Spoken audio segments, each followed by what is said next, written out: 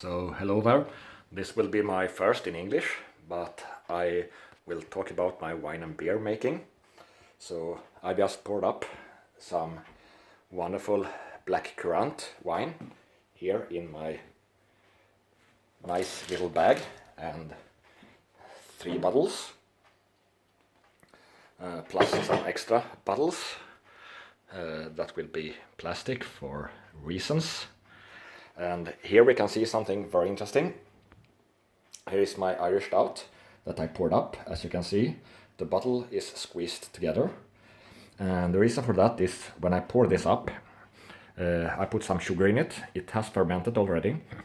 But to make the carbon dioxide so that stays in the bottle, you put some extra sugar in it, and then it starts to ferment and makes carbon dioxide that will expand the bottles. To make the bottles ferment faster so that I can use them, I shake them. In that way the yeast will start to come in contact with the sugar much faster. So you can see now the bottle is starting to get very round, which it does after a couple of hours, depending on how much yeast you have left in the beer. I usually put all the yeast that comes from a fermentation in the bottle. If you look at the bottom here, you see that's a little layer of yeast. Depending on the beer, this is Irish Stout, and this yeast is quite okay to drink. It doesn't taste bad, it just has a bad texture. But unless if you're used to the yeast, it's just good for you. If you're not used to it, you can get a very bad stomach. So first time you try those homemade beers or some Belgian beers, don't drink too much the first time, except for the reason that you will get very drunk, of course. So this is a lot of shaking to do, and the other reason to do this shaking is not just because it goes faster, well, that's the reason, but it's also that then I can see if some of the bottles are leaking, and if some of the bottles or all the bottles becomes too hard, so I have to take out some carbon dioxide or the bottle will explode or start leaking.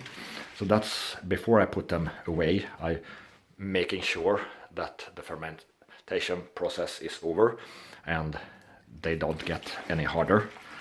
So this usually takes some day, it depends, but I usually have it some days in front.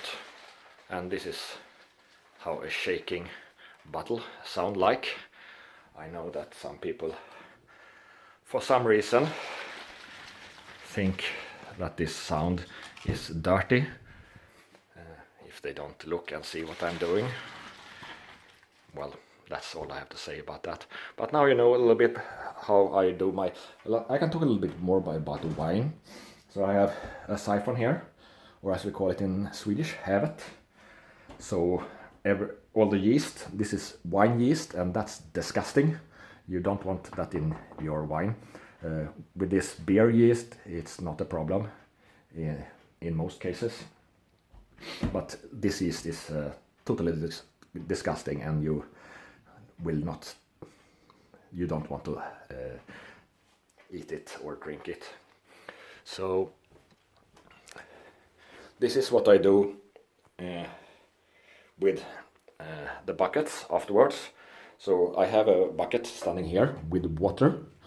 The reason for that is they start to smell. You clean them like 10 times, but they are still having taste from the previous thing that you made in them. That's why it's very important to always have them in water, and then everything that you don't want left will dissolve in the water eventually. So it stands there for weeks and weeks, or until I need them again. So that's a tip if you don't want to buy new buckets all the time. Otherwise, I buy my stuff at Vinland here in Linköping.